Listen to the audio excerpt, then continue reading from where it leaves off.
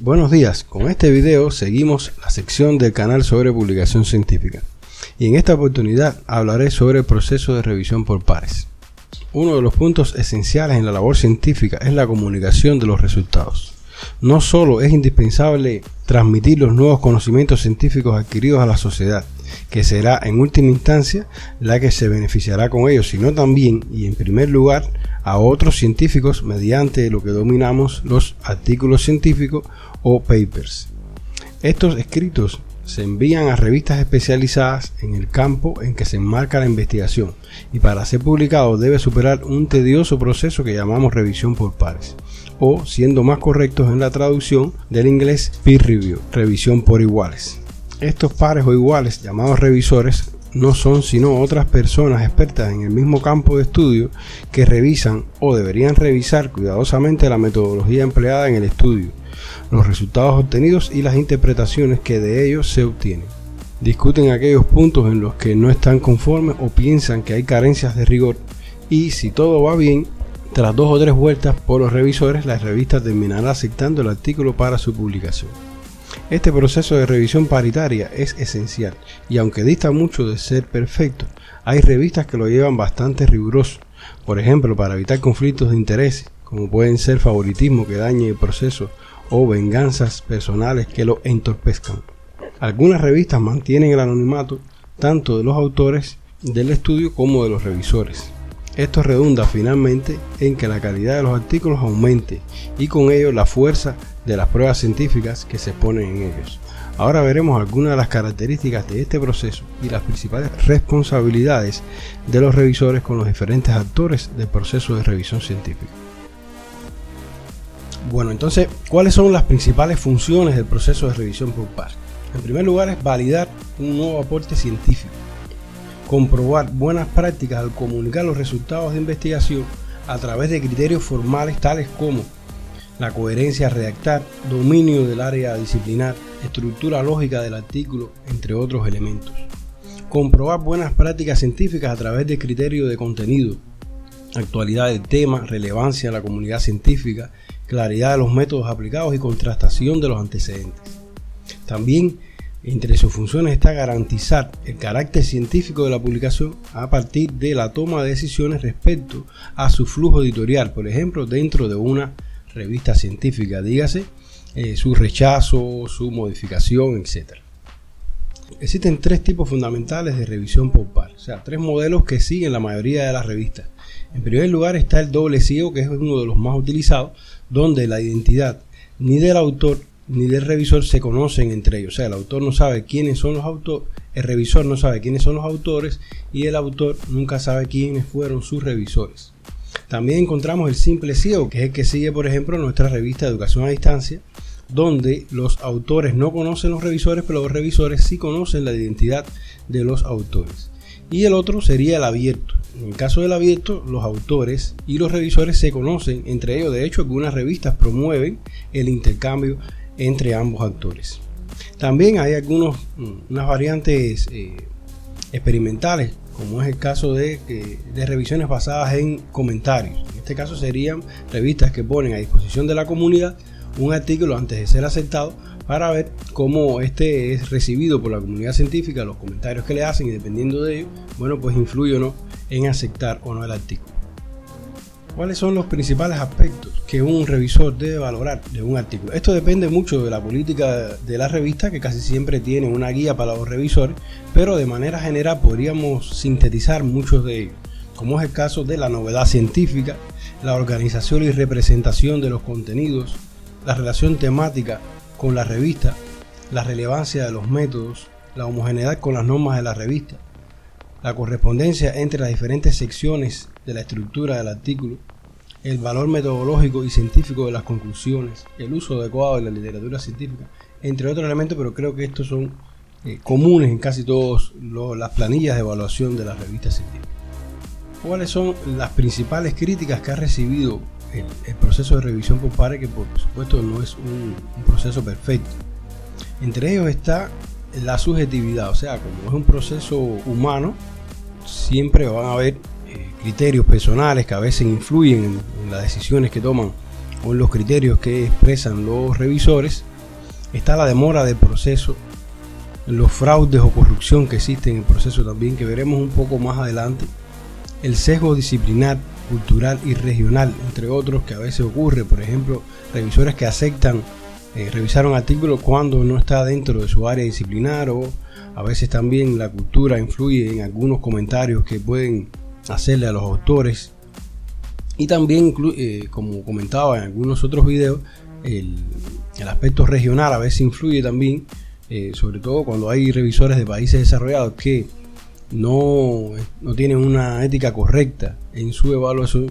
Ya desde el primer momento que encuentra un artículo de un autor latinoamericano, por poner un ejemplo que es el caso nuestro, hay influencias en muchos de los casos, o sea, hay ya un prejuicio en tal sentido. Y otro elemento es la poca disponibilidad de revisores, ya que la cantidad de revistas ha ido en aumento y por supuesto que son los mismos revisores que cada vez cuesta más trabajo reclutar a revisores para las revistas. Esto pasa, por ejemplo, en la revista Red, la revista de Educación a Distancia, tiene un compromiso, o sea, hace firmar un compromiso a los autores que presentan artículos en la revista para que después sirvan de revisores en la propia revista. Y este mecanismo a veces falla, a veces que se le pide que haga alguna revisión y no la declinan y no tienen, explicando que no tienen tiempo, otras justificaciones, pero se olvidan de que su artículo también tuvo que ser revisado por otros pares que en su momento tuvieron que dejar tareas a un lado para poder realizar esta importante labor.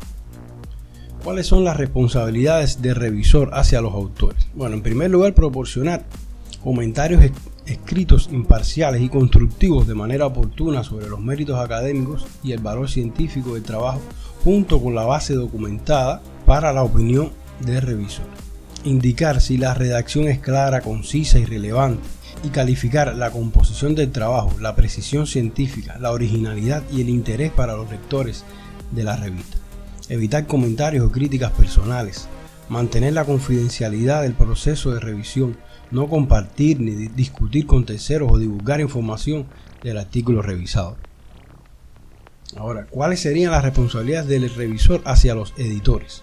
Notificar al editor de inmediato si no puede revisar de manera oportuna el artículo, y si puede, entonces proporcionar los nombres de revisores alternativos.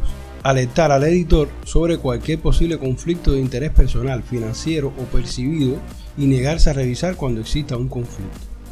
Cumplir con las instrucciones escritas del editor sobre las expectativas de la revista en cuanto al alcance, contenido y calidad de la revisión. Además, proporcionar una crítica reflexiva, justa, constructiva e informativa del trabajo enviado, que puede incluir material complementario proporcionado a la revista por el autor. Determinar el mérito científico, la originalidad y el alcance del trabajo, indicando formas de mejorarlo. Y, si se solicita, recomendar la aceptación o el rechazo utilizando cualquier escala de calificación que el editor considere más útil. También, otra responsabilidad del revisor es tomar nota de cualquier inquietud ética, como cualquier violación de las normas aceptadas de tratamiento ético de sujetos animales o humanos, o una similitud sustancial entre el manuscrito revisado y cualquier otro artículo publicado, o cualquier manuscrito enviado al mismo tiempo a otra revista que pueda ser conocido por el revisor. Abstenerse también de contacto directo con el autor.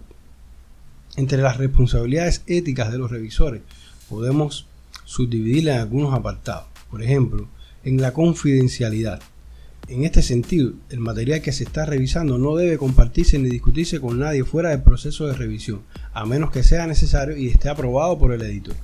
El material enviado para la revisión por pares es una comunicación privilegiada que debe ser tratada confidencialmente, cuidando de resguardar la identidad y obra del autor. Los revisores no deben conservar copias de los manuscritos enviados y no deben utilizar el conocimiento de su contenido para ningún propósito que no esté relacionado con el proceso de revisión por pares. En el caso de la crítica constructiva, los comentarios del revisor deben reconocer los aspectos positivos del material bajo revisión, identificar los aspectos negativos de manera constructiva e indicar las mejoras necesarias. Un revisor debe explicar y respaldar su juicio con suficiente claridad para que los editores y los autores puedan comprender la base de los comentarios. El propósito de la revisión por pares no es demostrar la competencia del revisor para identificar las fallas, que esto es un problema muy común a veces. Algunas revistas solicitan a los revisores que proporcionen dos conjuntos de comentarios, uno para el autor y otro para el editor. Esto por defecto viene, por ejemplo, en el sistema OJS de manejo de revistas. En el formulario de revisión viene un apartado precisamente para que el revisor pueda hacer algunos comentarios al editor directamente. O sea que está concebido en este sistema que es un estándar de facto en la edición de revistas, sobre todo en las revistas de acceso abierto. En el caso de la competencia, los revisores que se dan cuenta de que su experiencia en el tema del manuscrito es limitada, tienen la responsabilidad de dejar claro su grado de competencia al editor. Los revisores no necesitan ser expertos en todos los aspectos del contenido del manuscrito, pero deben aceptar la tarea solo si se tiene la experiencia adecuada para proporcionar una evaluación autorizada. Un revisor sin la experiencia necesaria corre el riesgo de recomendar la aceptación de una presentación con deficiencias sustanciales o el rechazo de un artículo meritorio, como ha ocurrido muchas veces. En el caso de la imparcialidad e integridad, es importante que los comentarios y conclusiones del revisor deben basarse en una consideración objetiva e imparcial de los hechos, sin prejuicios personales o profesionales. Todos los comentarios de los revisores deben basarse únicamente en el mérito científico, la originalidad y la calidad de la escritura del artículo, así como en la relevancia para el alcance y la misión de la revista, sin distinción de raza, origen étnico, sexo, religión o ciudadanía de los autores. Un revisor no debe sacar ventaja científica, financiera, personal o de otro tipo del material disponible a través de la comunicación privilegiada de la revisión por pares, y se debe hacer todo lo posible para evitar incluso la apariencia de aprovechar la información obtenida a través del proceso de revisión. En relación a la revelación del conflicto de interés, en la medida de lo posible, el sistema de revisión debe diseñarse para minimizar el sesgo real o percibido por parte del revisor.